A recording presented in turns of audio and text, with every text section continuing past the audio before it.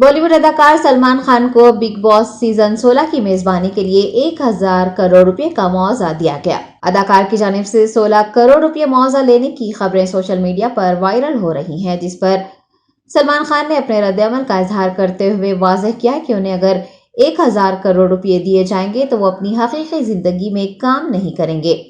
Big boss मेजबान के तौर पर अपने तजुर्बे से मुताल्लिक सलमान खान ने कहा कि उन्हें बिग बॉस शो पसंद है। उन्होंने इससे बहुत कुछ सीखा है और वो इसके आदी हो चुके हैं।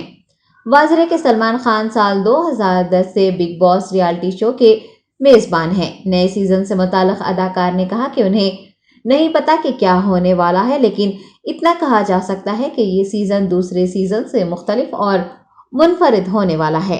It is 1,000 crores, okay? अगर मुझे ये मिल जाए ना, हाँ, तो मैं लाइफ में नहीं काम करूँ।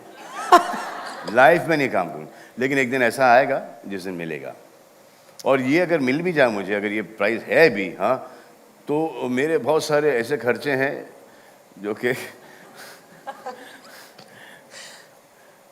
हाँ, लॉयर वॉयर्स की फीस बहुत ज़्यादा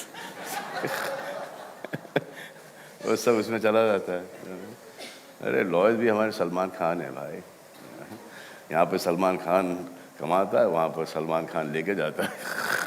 आया आया आया, गया गया गया गया। 1,000 नहीं तो चलो 999. अरे कुछ नहीं ऐसा, उसका 1/4 ही नहीं है।